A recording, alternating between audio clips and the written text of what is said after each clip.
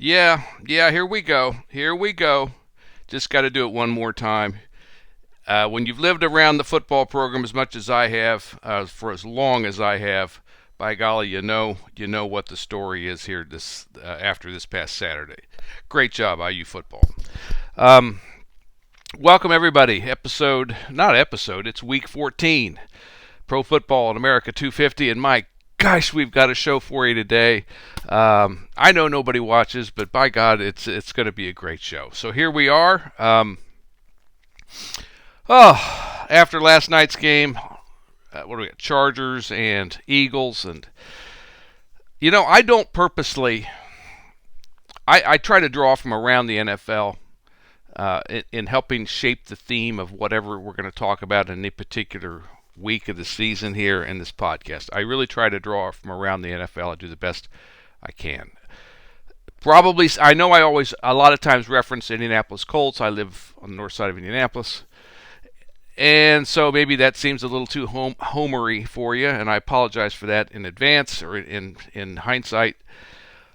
But I got to tell you, I look around the NFL, and as it happens, this just falling out of the sky, right? It's so as I'm shooting this, I think it's around 7 a.m., 7:15, 7:30, something like that in the morning, Tuesday, December the 9th or something, I think, December the 9th. And goodness gracious, we've got Phillip Rivers somewhere here in Indianapolis, in all likelihood the north side, at a hotel. Stretching. He's probably been stretching for the last 3 hours as he's 44, getting ready to go out and do a workout here for the Colts, a tryout for the Colts. It's all imploded.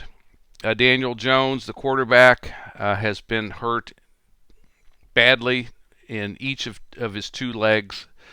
That's a whole other subject of which I have a lot to say, but so they brought Phillip Rivers in, 44 years old, grandfather, hasn't played football 3, 4, 5 years, currently a high school coach. And here he is. One thing that hasn't been talked about is he does have a long-term relationship with the head coach, Shane Steichen. So there's probably that's fed into it. He's a former Colt, that's fed into it. And he's obviously on somebody's speed dial, that's fed into it. So here we are. We'll see what happens. God bless him. And everything else. So it's week 14. Here we are. Imagine the meeting, right, that produces the decision to call, text, or whatever, homing pigeon, send a message to Phillip Rivers and say, "Hey, catch a flight to Indy. We'd like to work you out if you're interested." Obviously, he said yes. Imagine the meeting that produces that, following the devastating injury. The second of two injuries to Daniel Jones. That's our theme. Urgency, emergency.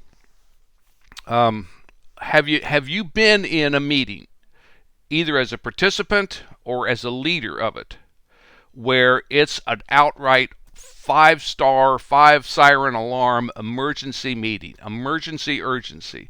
We talk about urgency, but there's an emergency urgency that's really something of its own. Kind of the top of the mountain of urgencies, right?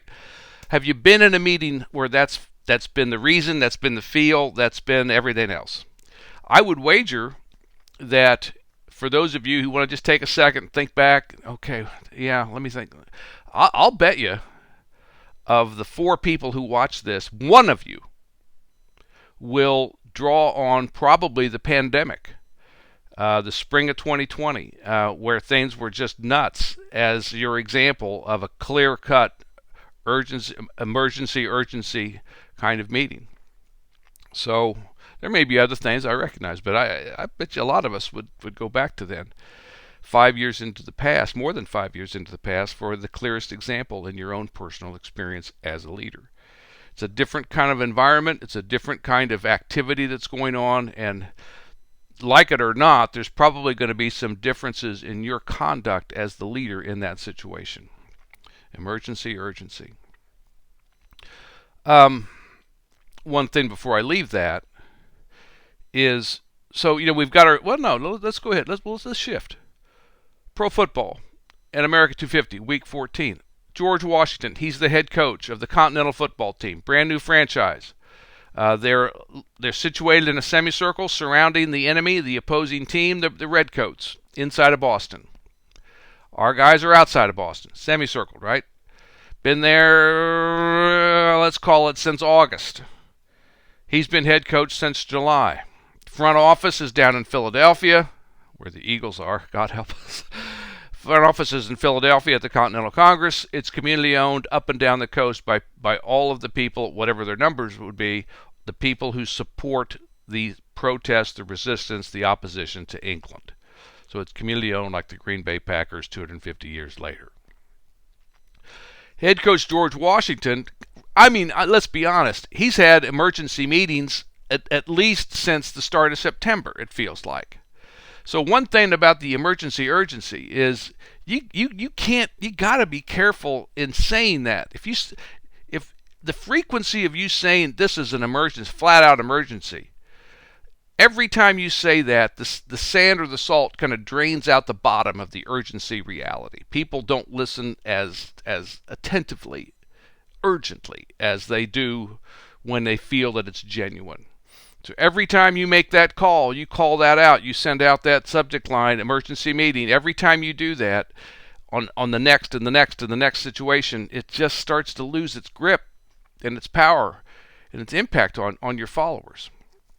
Well, God help us, if anybody has legitimately had multiple emergency urgencies, it's been head coach George Washington in his position and in his condition of his Continental Army team, the Continentals, since September. This week's reminder, they don't have any cannon to speak of. So he's had to send a new hire, Henry Knox, who he has a good feeling about. He's sent him west and northwest to Fort Ticonderoga because there's some cannon out there. Can you go get them? My God, it's like going out to Mars to bring them back. So in theory, he thinks Knox is out there doing that. In reality, he absolutely is doing a great job, and he is. But Washington doesn't know that his theory will become the reality at this point. So that was the latest emergency. This week's emergency, is that guys are leaving. Specifically and especially from the colony of Connecticut. They're packing up and they're going home. They're saying we're done. What we agreed to do is over from a time commitment, and we're going home. Winter's coming on. Winter's really essentially here. And we got families. We got da-da-da-da-da. We're going home. So he's losing people by the week, by the day, by the hour. It's just draining out. The Redcoats aren't doing anything. On top of that, we've got rumors and really fact of smallpox around. So people are saying, and that's part of the reason they're leaving, I'm out of here. I'm hearing about smallpox. No, man, I didn't sign up for that. That's the pandemic. Their pandemic. So Washington calls an emergency meeting 250 years ago. It's week 14. Washington calls an emergency meeting. Wow, would have loved to have been there. Would have loved to have been in that situation. And the issue is, why are we calling it? People are leaving. Men are leaving.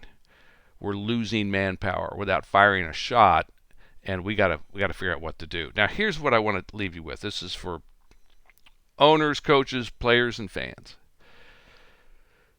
Boy, how do you do that meeting? Remember, I asked you what was your memory of your own clearest recalled emergency urgency meeting.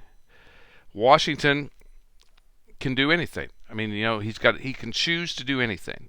He can choose, and I always tell people that we have a lot more choice than we really think. He could choose to go in there and say, you know what, I've been telling you about this, and you're all idiots, and I ought to have the power. I'm the commanding general. The Army that's the team in town, is our Army. Forget the ownership. Forget the front office. We're the number one people here in town.